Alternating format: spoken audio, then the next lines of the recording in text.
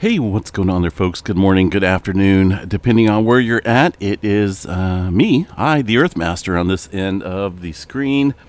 It is November 15th, 2023, about 11:12 a.m. Just missed the 11:11 mark. That's California time, of course. 2.9 earthquake. It looks like the latest quake there in Texas. Also a 1.9 up into the area of California. Let's go ahead and cover the Iceland activity first. This is the last 6 hours here of movement across the Iceland area. Most of the earthquake activity still confined around the region of the Grindavik area of Iceland, right around that magma intrusion line right there. Total tally of looks like 178 earthquakes there in the last 6 hours. So things are roughly about the same, a little bit less than the multitude of quakes that we've seen over the past few days. It looks like earthquake activity is calming down to an extent for now, but the magma is still down there, still moving around, still getting some GPS signs of inflation and deflation. So let's go ahead and check out the latest information statement here from the folks up there in Iceland. Since midnight, about 800 earthquakes have been measured, most of them in the middle of the magma dike at this region at a depth of about 3 to 5 kilometers. Deformation measurements show continued deformation in the area. They are consistent with magma still flowing into the dike area. That's going to be that line region that I showed you there on the previous map. A part of the magma dike seems to be solidifying, especially at the edges, but not at the magma inflow area, which is believed to be near this region right here. There's fluctuating gases in the air. SO2 emissions continue. And that is mainly due to that magma dike in that area across the Grindavik region of Iceland. So in their wording right now, the situation seems to be as unchanged since yesterday. The probability of an eruption is still considered high. And of course, the event of an eruption, the most likely location is going to be right around this magma intrusion area, which is right here around this red line. Not to this thin extent. It could take place anywhere away from this area as well, but basically in this type of linear fashion around that region, which includes the area of Grindavik. And of course, they definitely still seeing some earthquake activity out there. And really, right underneath this town. Look at this. Look at all this earthquake activity occurring down there. So magma is definitely brewing underneath this region, kind of moving around. We'll continue to watch this, though, see if anything changes here throughout the day. But looks like the wording is about the same as what we've seen yesterday. No major changes overnight across the Iceland area. All right, earthquake activity here. Go ahead and start off up here around Chicago, Illinois. Standard. Is that right? Standard, Illinois. It looks like 3.6 early this morning, shaking things up out here. Kind of unusual to see an earthquake out here around Illinois region, but they do pop up. Did you feel it? Responses there. Shows a few folks were awake around that time for that three-pointer. 3.6 to be exact, at a depth of about 4 kilometers or so. Now, these folks sit north of the New Madrid seismic zone. Let me show you guys the U.S. hazard map just outside of the main hazard area. So occasionally we do see earthquakes up here around Ohio, close to the Great Lakes area. There's always going to be some type of seismic activity here that tends to pop up. But our main seismically active and hazardous zone is going to be down here just north of, well, Memphis is kind of included in that as well, but that's a New Madrid seismic zone, very capable of producing some major quakes. It's been a little while since we've seen any activity there as far as large-scale movement goes. All right, Texas and Oklahoma area, they look pretty on the elevated scale today. Mainly outside of Pecos, Texas area, western Texas, I believe they call this. Again, as I mentioned in many past videos, all this activity is occurring, and as you can see here on the satellite view, I'm not just guessing. These are oil fields out here galore. Wastewater disposal facilities, that's what these ponds are out here, out in the desert of Texas. Quite a quite an operation involved in the whole process. Not going to go into it, but that's where most of our earthquake activity is occurring today there in the state of Texas. Big time. Up through the Intermountain West area, a little bit of movement through Idaho. Not a whole lot going on in Yellowstone. The Cascades up here look pretty quiet. Northern California fairly quiet as well. A handful of quakes on the San Andreas Fault, just outside of the Soledad region. That is on the plate boundary right here. Looks like a couple too stirring up from yesterday and today. It is on the creeping segment of this plate boundary, indicating, well, creep. There's a lot of creeping going on here across this area in terms of seismic creep, seismic movement.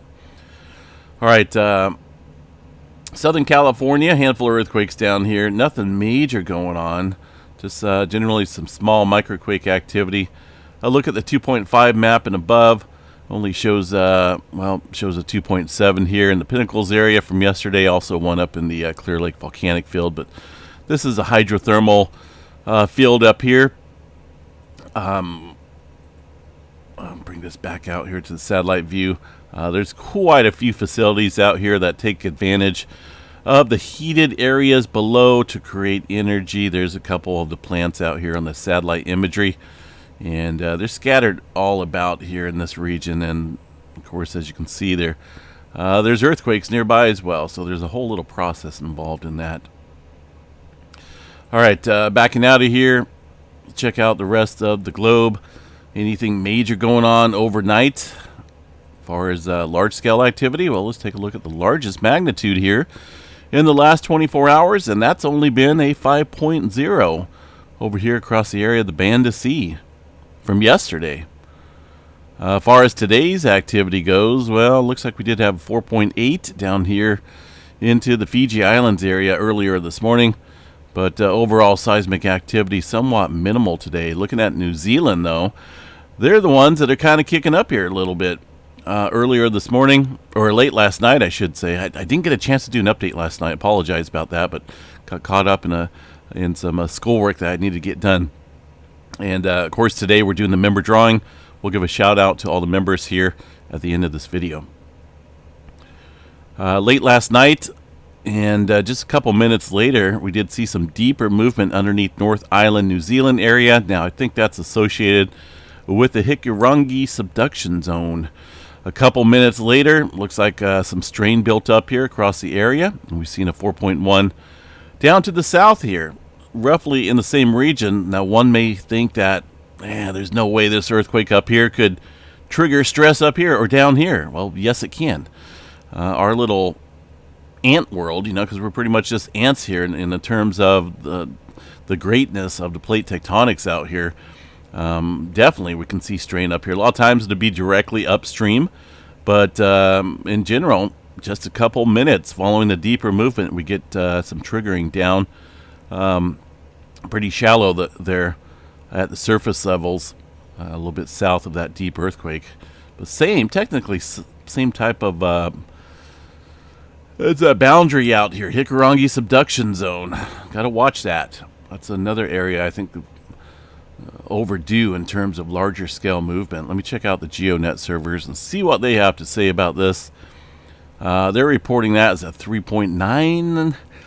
4.4 was yesterday. That's a little odd. So they're over at, their magnitude's larger in this one because both of these are 4.1 on the USGS map. So not for sure how they figure each agency's definite magnitude there, but a little bit of differences there between the USGS and these folks. Either way, earthquake activity occurring, and we should be able to spot that here across the earthquake drums pretty nicely. There it is from yesterday. That's going to be the 4.4 according to the GeoNet servers, and then just a little bit later there's that the other earthquake. Deeper earthquake is the first one, and then the shallower earthquake a little bit more south of here. So it's kind of looks a little bit active there across New Zealand, but that was generally last night. Not really seeing anything today in terms of any movement. We'll definitely keep an eye, though, on that area. I do think New Zealand needs to catch up, right, in terms of adjustment along this plate boundary. We've seen a lot of activity here over the past couple months up north and down south. Over here in between Australia and New Zealand, a lot of interplate earthquake activity, but only very minimal adjustment here across the plate boundary itself. That's going to catch up here soon. All right, Hawaii. What do we got going on over here? A little trail of activity stretching here across the Pahala area up into the Kilauea volcano. So let's see what's going on up there across this area. Hazard notification system. Do they have it out yet? Let's take a look. HVO is the process here, or at least the folks that check it out and monitor it. But they do not have their latest update put out yet. Sometimes it's early, sometimes it's late. Looks like today may be a later day. They're probably working on it as we speak. So let's go ahead and check out the data ourselves. See what's going on here across the Kilauea volcano, which still currently sits at a yellow advisory due to the elevated earthquake activity and obvious inflation going on there across the region. A look at one of the webcams here of Lava Lake, Crater Lake area of the Kilauea volcano. Still shows a lot of volcanic gases here in numerous spots. I'm not seeing any visible, well, in this case it'd be lava, right, if it had made it to the surface. The tilt meters here show a deflation event going on over the past 6 hours or so overnight. But overall, we are still on the uptrend here. But looks like we took a pretty good nosedive here. We'll have to watch that. Obviously, this chart represents the inflation and magma accumulation below this area. And it's been elevated here. We get these periods of elevation. This last one was a dandy. That one kicked up very nicely. Now, if we look at these long trend models, long-term trend models, there's always a period of inflation followed by deflation here for a couple days. Inflation, deflation for a couple days. And this last inflation event was a good one. Could we be going through a little deflation event right now for a couple days and then back up? Good possibility. Kind of like watching the stock market here. But it'll be interesting to see if we go above this current inflation level. If so, we're definitely accumulating quite a bit of magma below the surface here. Confined, I believe, mostly to this area south of the normal, I can't really say normal, but our past eruption areas, which is right there at the Lava Lake area where we've been filling up, right? Look at that. Quite a bit of, this is an older image, not for sure when this was taken, but this is where we've been filling up with the magma and lava here recently. I'm kind of leaning more towards maybe some fissures activating out here. I keep saying that, so we'll see what happens. All right, let's go ahead and move on to, well, there's not a whole lot going on through the Western Pacific here. Let me see what we got on the Earthquake 3D globe. Clustering going on in our typical zones here. We did see some further movement here across the Java Trench. I said to watch that area. And it's still showing some signs of some elevated activity, but not in the large term that I thought would be taking place out here. But we'll continue to watch that. A little bit of movement up in China, and the Mediterranean area looks fairly active here today across the region of Turkey and the Middle East, with a handful of earthquakes taking place out here. Eastern Afghanistan and area up here in Iran. Latest one, though, shows a 4.9 over here from yesterday. A couple of these are definitely, actually the majority of these are from yesterday, but there's some newer quakes taking place out here across the Mediterranean. The Atlantic Ocean, pretty quiet. Areas across Middle America Trench southward show elevated movement here today, and more so down into the South America region, where we're seeing a pretty good swarm of activity here across the Peru-Chile Trench from yesterday and also today. This deeper movement, the rings raised off the globe, indicate some strain going on out there across this plate boundary, so we'll continue to watch that. Tremor. Now, I know we didn't check the tremor yesterday, but I do want to check it and see what's going on here for Cascadia. 6 epicenters of tremor yesterday. The day before that, I think See what that was, about 81. So not a big event, not a huge tremor event whatsoever here.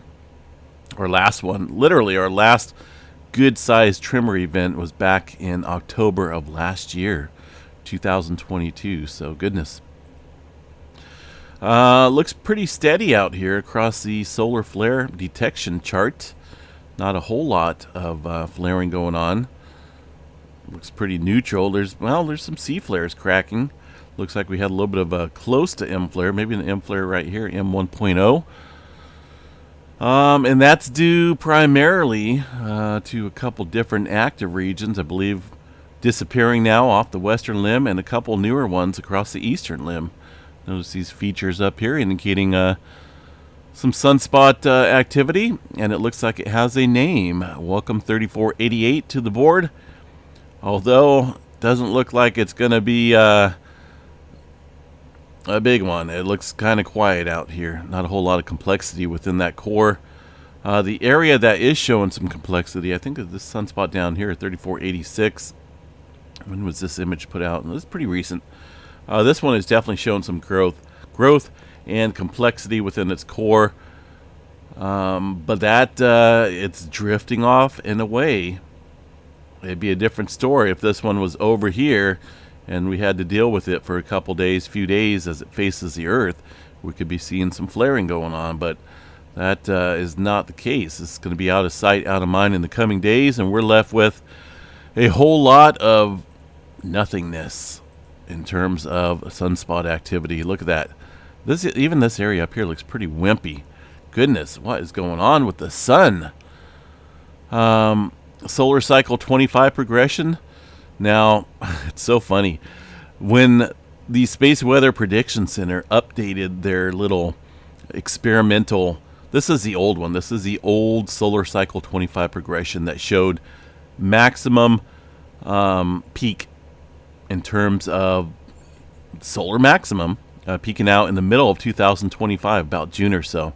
Well, they did a little experiment here and raised up the graph. I don't have it on here right now to match the activity we've been seeing this year, right? Now they're saying that it's going to peak faster and higher up here on the chart than originally forecasted. This is the original progression line. Since they did that, the sun pulled the rug underneath them and started dropping sun flares, solar cycle 25 kind of took a nosedive here in terms of the amount of activity that was kicking up. Right about the time these folks did a little experimental adjustment to match the previous elevated activity this year.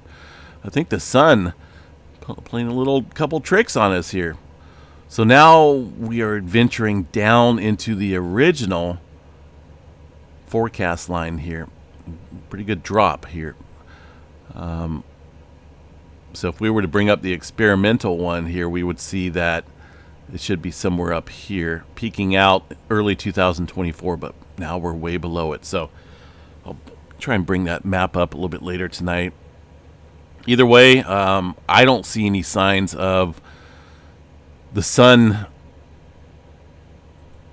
showing any strength, far as the sunspot activity goes. It looks fairly neutral. Whether we'll kick back up or not, well, I guess that's something we'll have to watch here in the coming months, coming weeks. Right now, 85% chance for a C flare, M flare at 20, X flare around 1% chance. These will probably go down here in the coming days. Not a whole lot of auroras right now. Did have some overnight, looks like, into the KP index of a 3 or so, but that's about it. Storm Prediction Center. Not a whole lot of severe weather out here. Maybe some thunderstorm activity down into Southern California, but that's about it. We do have a low pressure system out here, bringing with it some moisture off the Pacific. Nothing like they claimed it would, unfortunately, but that's what happens sometimes with these weather models, or maybe weather modification. Who knows? It's interesting watching this low pressure system form. A few days back, it looked like even the models were in agreement with everything gearing up for a major West Coast storm. Talking about inches of rain here where I live. And something happened out there in the Pacific where it formed a secondary low below the main low, which altered the track and the position of this low pressure system off here. If I remember, I'll bring up that satellite imagery or replay from a couple days ago, how this low formed. It was looking promising, and then we had a secondary low form below it, but more offshore, which basically took control of that area of circulation, and that pushed this low pressure system back further to the Pacific, where all the moisture is flowing over the ocean right now, when all of this was supposed to be right here. It's really weird how that happened. Not even joking. Either way, we have a little bit of rainfall coming in today.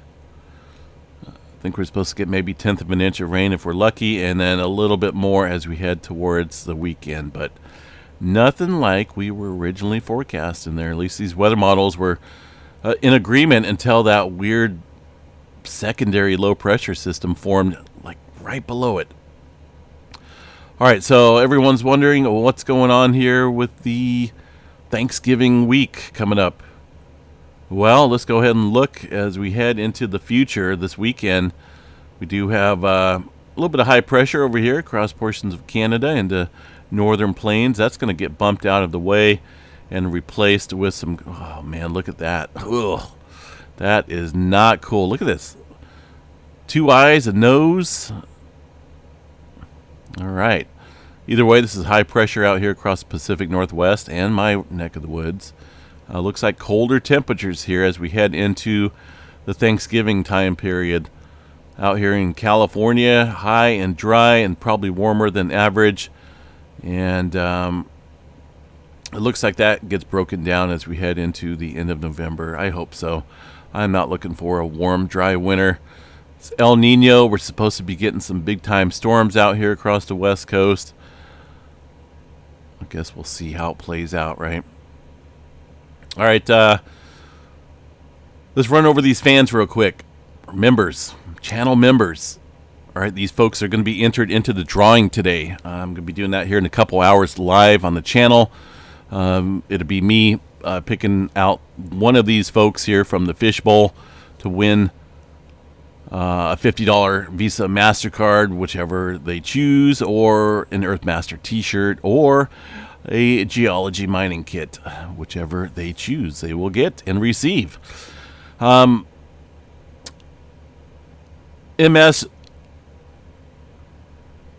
Shabti, is that right? Hopefully I pronounced that. A very new member here, super fan.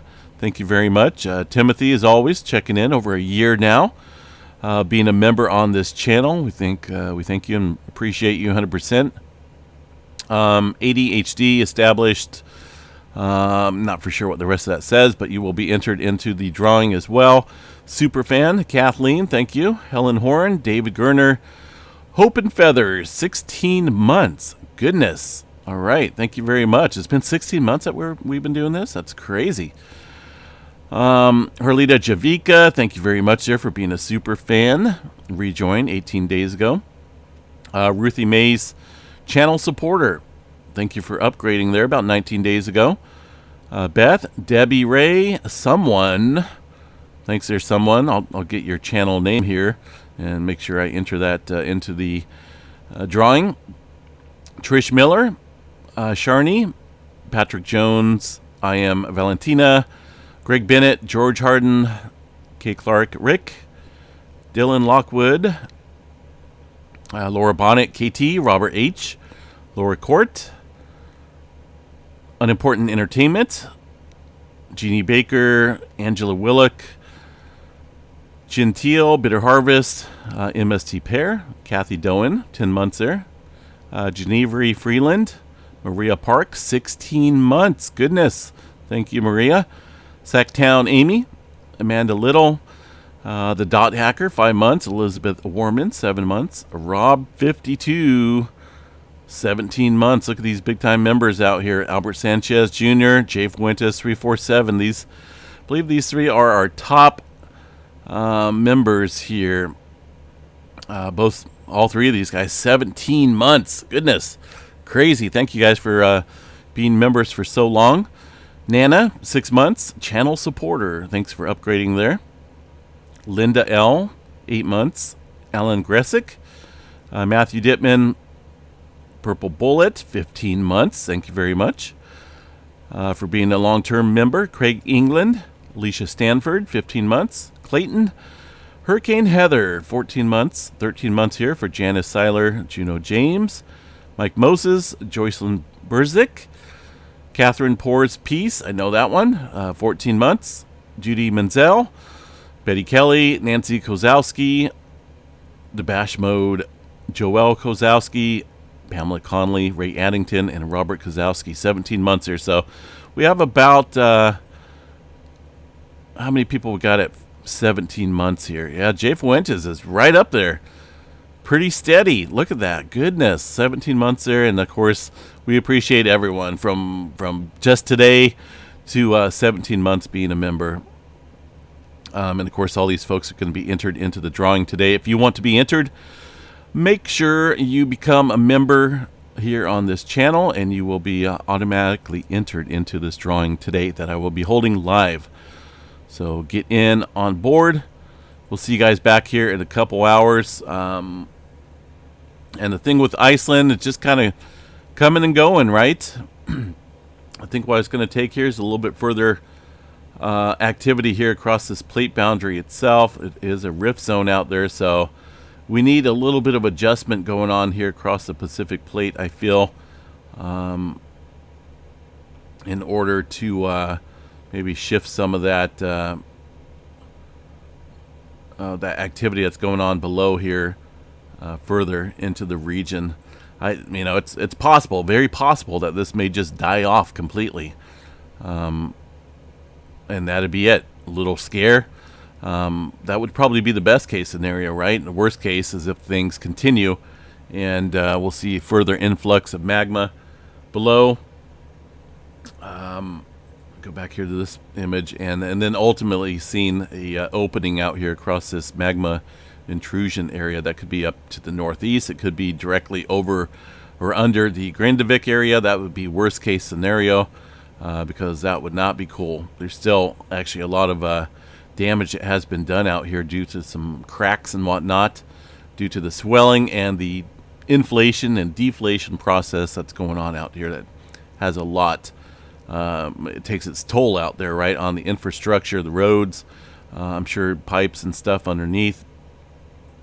So that would be the worst case scenario if we see that open up right around that area. But right now, things are neutral, and we will provide updates should things change. We'll catch you guys back here in a couple hours with the member drawing that I'll be holding here this afternoon. Take care, folks, and have a good day.